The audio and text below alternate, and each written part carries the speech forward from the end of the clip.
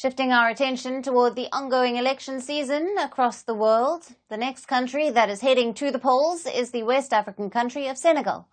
Senegal, which is the westernmost African country located on the coast of the Atlantic Ocean, is holding legislative elections to its National Assembly on Sunday. The elections, which are coming just 8 months after the presidential elections, would determine whether the country's newly elected President Bassirou Faye and his Prime Minister Ousmane Sonko are able to gain control over the National Assembly and to push through their agenda for reforms. The legislative elections are being held for Senegal's unicameral National Assembly, where 165 seats are up for grabs for a period of 5 years. More than 7 million registered voters will have the chance to vote for their preferred candidate. And voters get an opportunity to choose between 41 registered parties or other entities. The projections of the new parliament are expected to be available from Monday morning. These legislative elections are not being held on completion of the term of the National Assembly. They are snap elections, or polls that have been called earlier than scheduled.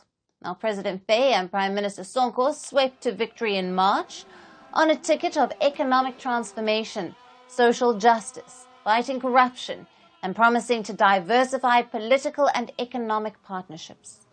But the opposition-controlled National Assembly hampered the government's activities during President Faye's first months, pushing him to dissolve the National Assembly in September. By the powers vested in me by Article 87 of the Constitution, and after consulting the Constitutional Council on the right date, the Prime Minister and the President of the National Assembly on the advisability, I have dissolved the National Assembly. The date of the legislative elections is thus set for Sunday, November 17, 2024. Now, there are several major parties and key players that are taking part in these legislative elections. First is the highly influential Prime Minister Ousmane Sonko, who is the lead candidate for the ruling Pastef party. He is known for his fiery rhetoric. Then comes the former President Macky Sall, who led the country from 2012 to 2024, but stepped aside in April of this year after triggering one of the worst crises in decades with a last-minute postponement of the presidential elections. He leads the Taku Walu Senegal coalition. The next candidate contesting elections is Amadou Ba, a former Prime Minister and a runner-up in March's presidential election. He heads the Jam Ak Njarin coalition. And finally is the fourth candidate, Barthélemy Dias, and he is the former Sonko ally and current mayor of Senegal's capital city of Dakar. He is leading the Sam Sa Kadu coalition. But some of the top issues that voters are focusing on these elections include the rising cost of living and growing unemployment in the country, in addition to increasing migration, corruption, and gender inequality. Surging inflation has crippled the spending power of the Senegalese, some of whom are also finding it difficult to get work, while scores of people continue to risk their lives every month in a bid to reach Europe by boat. Africa is tough, especially here in Senegal. Young people don't work. The other governments that came before used to do whatever they wanted. If you look, all the young people in the street spend their day drinking tea. Afterwards, in the evening, they go to bed. Over 60% of young people do not work.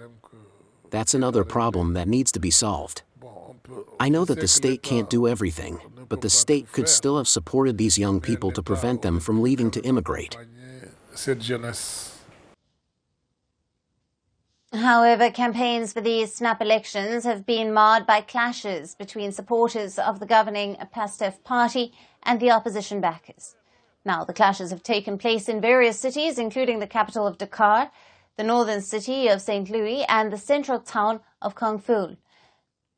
They had thugs with them, people with guns. When we saw all the weapons they had out, it was as if they were going to war.